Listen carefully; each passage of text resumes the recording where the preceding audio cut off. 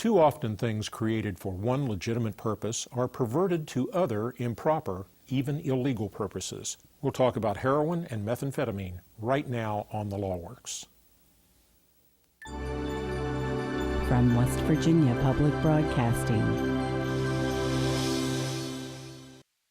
Closed captioning for The Law Works is made possible by a grant from the Monongalia County Bar Association to support legal information and education for all West Virginians.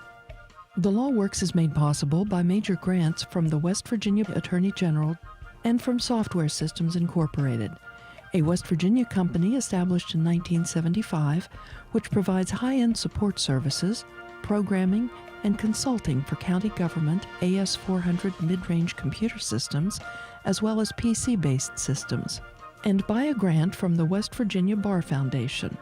The West Virginia Bar Foundation, the philanthropic organization for West Virginia's legal profession and justice system, promoting public knowledge of the law in West Virginia.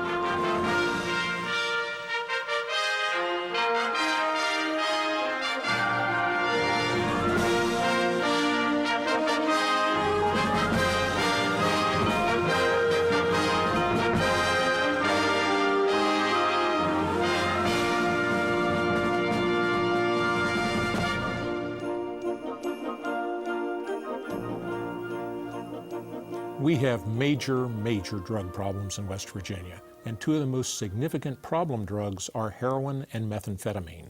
My guests are the United States Attorney for the Northern District of West Virginia, William J. Ihlenfeld II, and the Chief Federal Public Defender for the Northern District, Attorney Brian Kornbrath.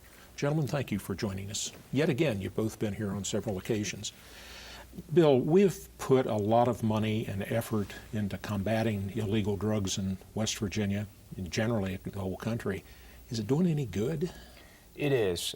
We are being aggressive in going after the drug trafficking organizations. We are doing more with prevention and treatment, but it seems as if every time we have one particular threat under control, another one emerges, and I think that's part of the reason you invited us to join you tonight, is to talk about some of those emerging threats. It is. We've had different drugs at different times over the years, ranging from marijuana and cocaine to crack cocaine. Now we're seeing, well, a lot of heroin, methamphetamines. Brian, you're the Chief Federal Public Defender. You get involved in a tremendous number of criminal cases, most of which I would suspect involve drugs. Is that correct? They do. And Bill has the big picture in the sense that he's responsible for implementing national initiatives and bringing it into the local area. Our office defends the criminal cases year in and year out.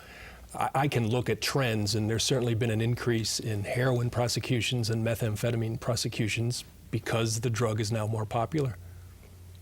Why are they more popular? Let's start with heroin. I think the fact that there's been such a large-scale opiate abuse in the community, and once that source dries up, many people cross over to the heroin. When we talk about opiate, what kind of drugs are we talking about? The more typical ones are the Oxycontin, the Percocet, the hydrocodone, Xanax, the prescription drugs that have a lawful medical purpose but are otherwise being abused. And if they're not obtained lawfully, they're very expensive on the street. It could be $35, $40 a pill. And if someone doesn't have the money for that, they'll cross over to heroin use because it is somewhat cheaper. Bill, your office and several other federal offices and state offices too were very instrumental in cutting back the opioids, the pharmaceuticals.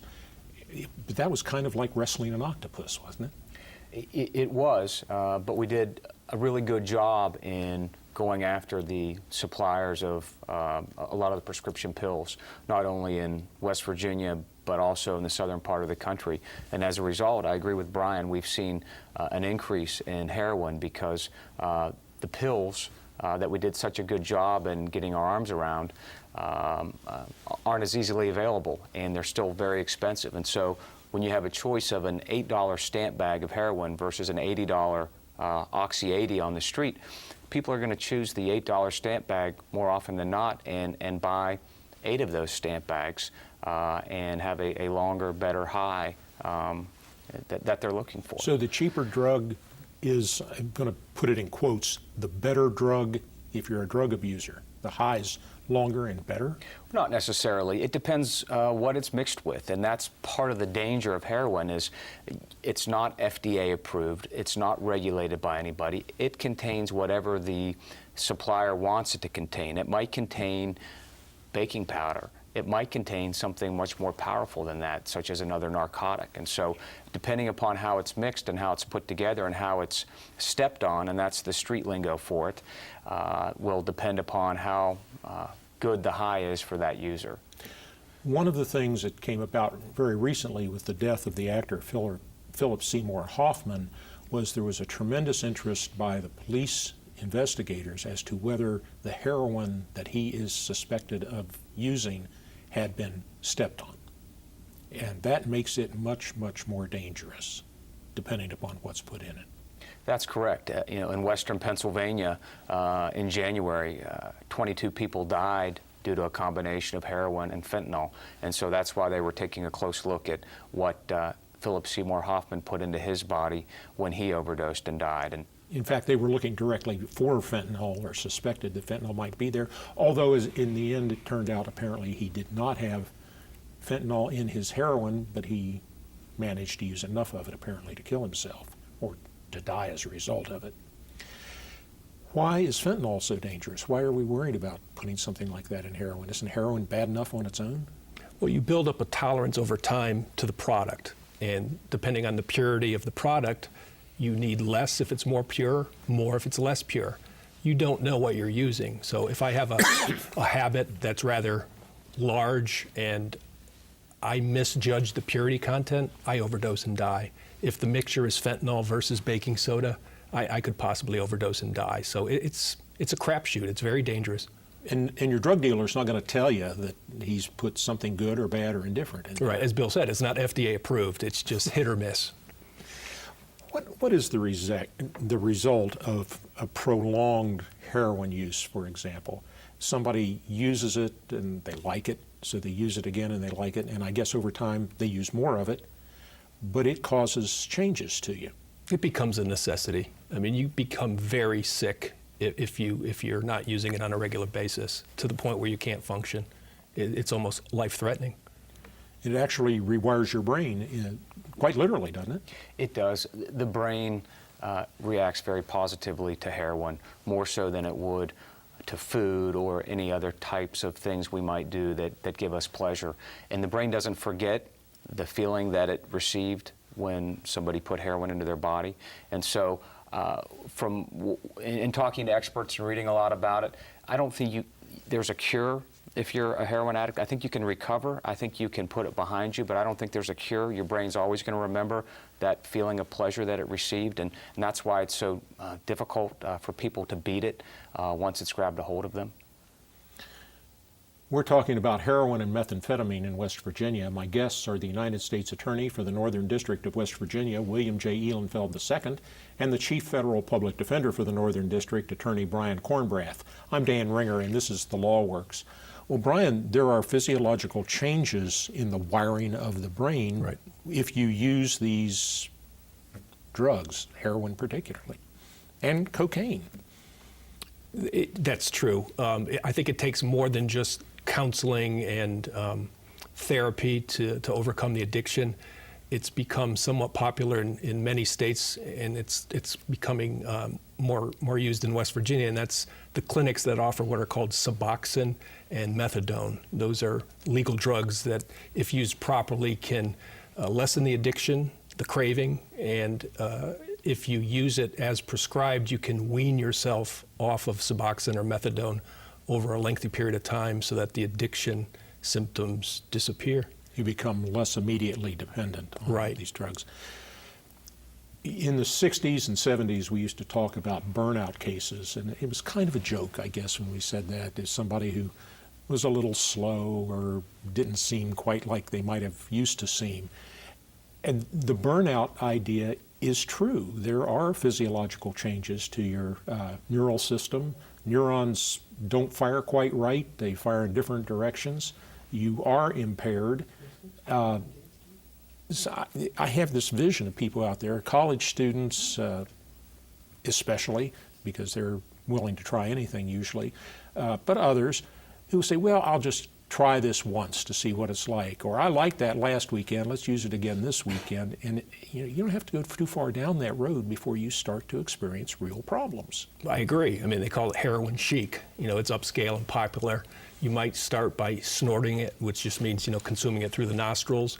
You switch over to intravenous drug use, and it gets much more serious and deadly. It's a one-way path. Bill, you probably don't get to talk to many people who are defendants in criminal cases about how they came to be where they are. Brian, you and I do. And it's always the same story. They started out easily sharing something with friends, probably some relatively low-level, by their perception, drug, marijuana, for example, or some pills. And pretty soon, they're on heroin, and that becomes their full-time job, is to find it. It's an important aspect at federal sentencing. The judges want to know, what is your substance abuse history? What type of resources can we provide you once you finish your federal sentence? So we've all been through the pre-sentence report interview process, where the defendant lays on the table exactly how much drugs I've used over the years. And that's not to punish them, it's to help them with treatment and counseling down the road. But yeah, it's a common thing now. And the terrible part is there is some treatment, there is some counseling, and hopefully, Bill, I think we look for more of that, but we don't have a lot of it yet. We don't. There's a void in West Virginia and probably other parts of the country, but I know in West Virginia we don't have enough treatment centers to satisfy the needs of the people who are addicted in West Virginia. We spend a lot of money on prosecutions and investigations, and we need to continue to do that.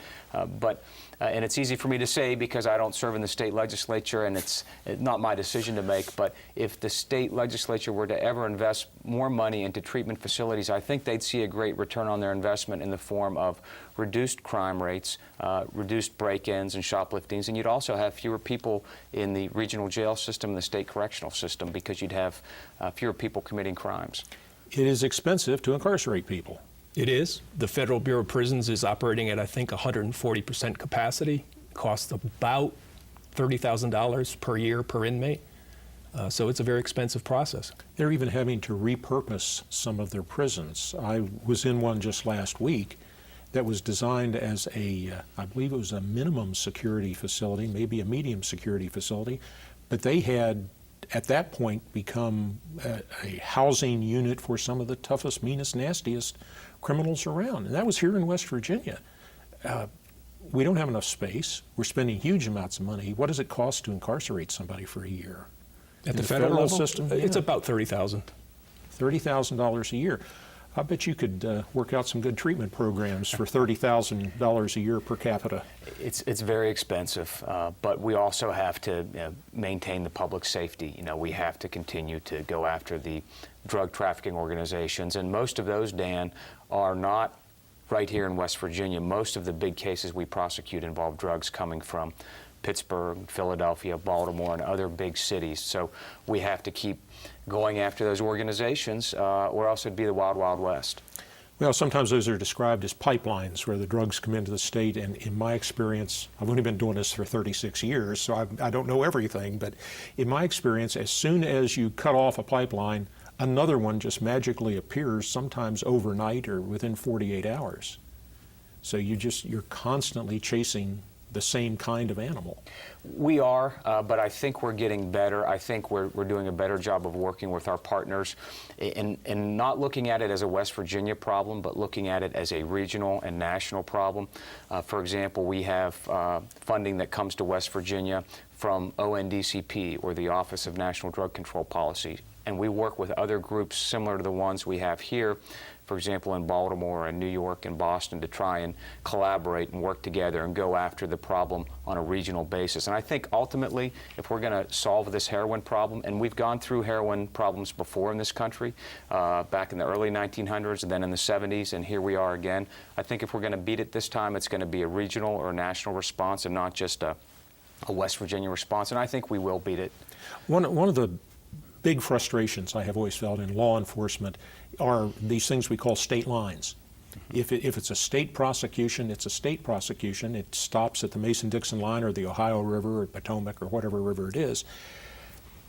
Because our state investigators can't cross the line to do things. Our state prosecutors can't cross the lines to do things. It takes the federal government to do it because you don't care so much about state lines. We don't, and we have great relationships through, for example, the DEA, where we can, one of our agents in West Virginia can pick up the phone and talk to an agent in Pittsburgh, and immediately they can work together to go after the same target or the same group of targets. And you're right, we don't care about the state lines, the county lines, and even the international boundaries, because oftentimes we're dealing with cartels from other countries. So it does take a federal response if we're going to be effective.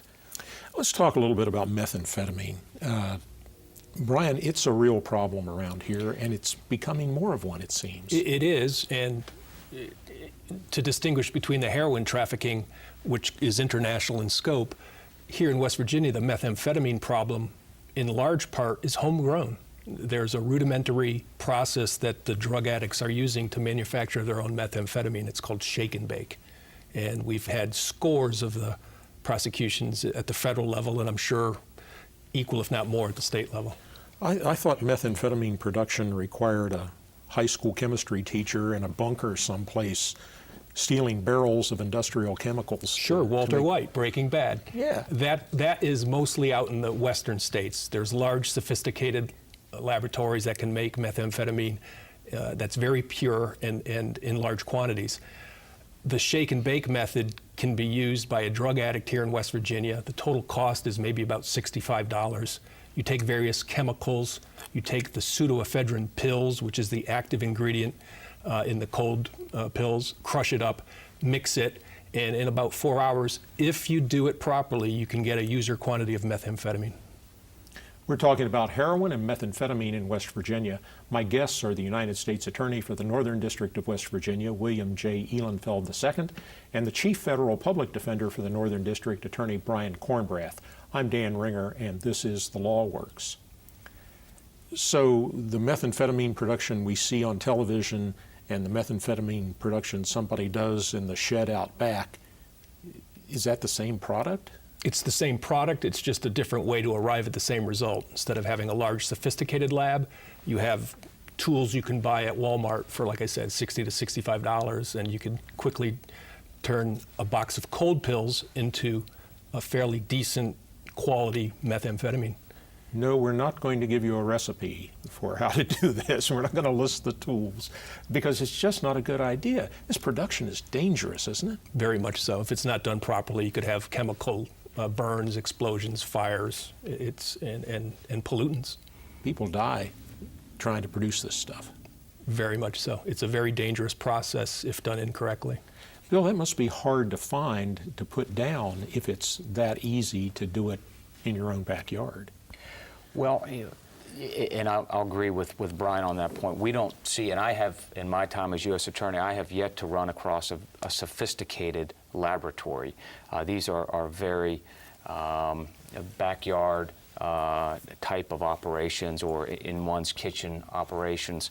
They're not very sophisticated, but we are able to use some of our tools. There's a system known as NPLEX that helps us to track the purchases of pseudoephedrine within the state of West Virginia, and through other law enforcement tools, we're able to track it down. And oftentimes, Dan, what we have are groups of people who are working together to manufacture methamphetamine.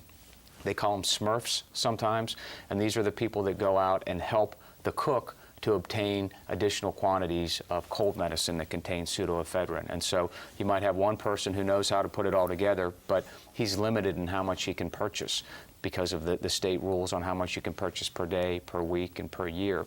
And so all of these other people will go out and collect the pseudoephedrine, give it to the cook, and in exchange the cook will give them some of the product.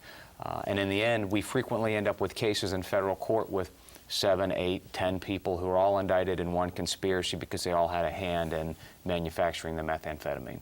One of the things I hear among drug dealers, distributors, producers is, I'm not going to talk, I'm not going to give up my friends. How does that work? Well, in the case of methamphetamine, it doesn't work at all because, like Bill said, there's a sophisticated computer database that shows your pseudoephedrine purchases over time. So it's quite easy to figure out whether you use 2 or 3 boxes for your allergy or 10 or 15 boxes to satisfy your methamphetamine addiction. Special credit to one pharmacy here in West Virginia which sells the pseudoephedrine only with what's called a chemical lock. It's impossible to turn the pseudoephedrine into methamphetamine. So that's one option to combat the epidemic. So far, it's impossible to turn it into Right. methamphetamine. It seems like there are some clever people who could never pass high school chemistry are out there designing this stuff now. There are websites, there are blogs. You can Google methamphetamine shake and bake and find recipes within seconds on the internet. It's been my experience that when you pick up a Smurf or one person involved in one of these things, and it doesn't have to be just methamphetamine, it could be heroin distribution. You pick up one and you say, okay, here's what you're facing, here's what's going to happen to you. Do you have any information that the United States Attorney might like to hear? And if you get a group of those 5, 10, 15, one or two sometimes, one of them is going to start giving up people and giving names to help themselves, and pretty soon it snowballs. So there are very, very few heroes in this. If you're involved in some sort of manufacturing or distribution enterprise, your name is going to come up in Mr. Ihlenfeld's office. That's true. That happens on a very regular basis where individuals who get caught up in this process want to cooperate to try and help themselves, and we're certainly willing to listen with no guarantees as to what benefit they may receive. It makes it better for them because they have confessed to something and kind of put a lid on how much trouble they can get in, usually as long as they're honest and forthright. Because if a defendant goes to trial, one of the things we'll tell you is if you go to trial, you're going to be treated by the judge in sentencing just the same way you would be if you hadn't gone to trial, if you had pled. But the numbers of the drugs get much higher, and you do get punished more severely.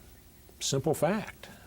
It is. There's a concept at the federal level called relevant conduct. It's uncharged drug dealing activity that could be utilized by the court at sentencing, and that's a powerful tool on the prosecution side. If you can quickly enter a plea and stop that relevant conduct from accumulating over time, you could perhaps expose your client to a lesser sentence.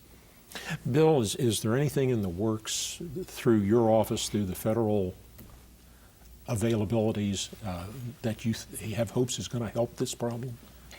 Yeah, and we I go to task force meetings and speak with the agents and the leaders of the agencies that participate, and we're always trying to come up with something else, something new that's going to make a difference with this problem we have with drugs. And it's really a three-pronged approach. One is the continued aggressive enforcement against the drug trafficking organizations. Two, the education of our young people. We're always looking for new ways to get to middle schoolers and high schoolers to talk to them about the dangers of drugs. Philip Seymour Hoffman, who you mentioned earlier, is the perfect example of someone who had it all and who lost it all because he decided to use heroin. And then also the prevention angle. And I think from a national perspective, through the ONDCP, I think you're going to see more of a push for prevention. I think you're going to see more treatment courts throughout state and federal courts throughout the country. I think you're going to see the use of Narcan.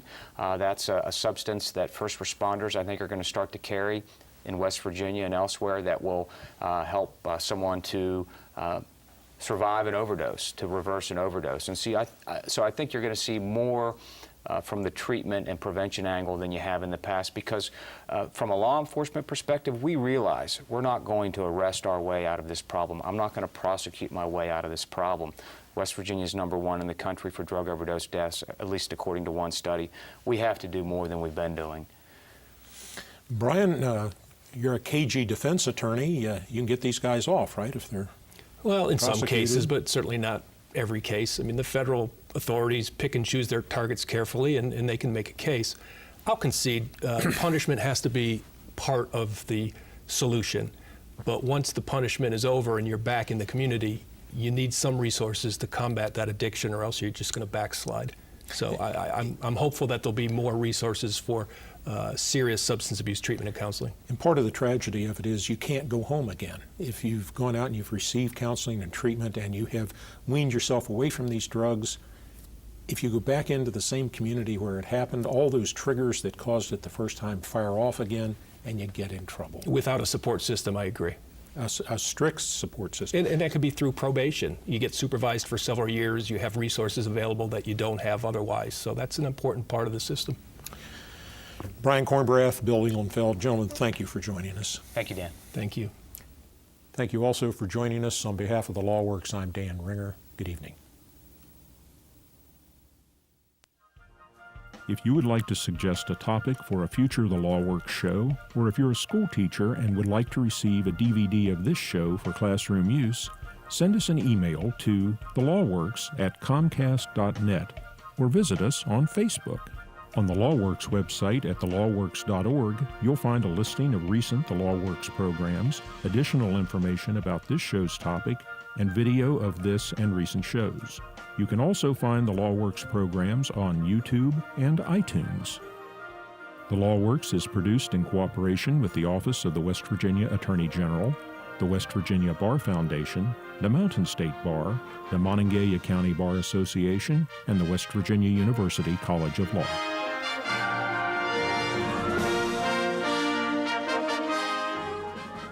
The Law Works is made possible by major grants from the West Virginia Attorney General and from Software Systems Incorporated, a West Virginia company established in 1975, which provides high-end support services, programming, and consulting for county government AS400 mid-range computer systems, as well as PC-based systems, and by a grant from the West Virginia Bar Foundation.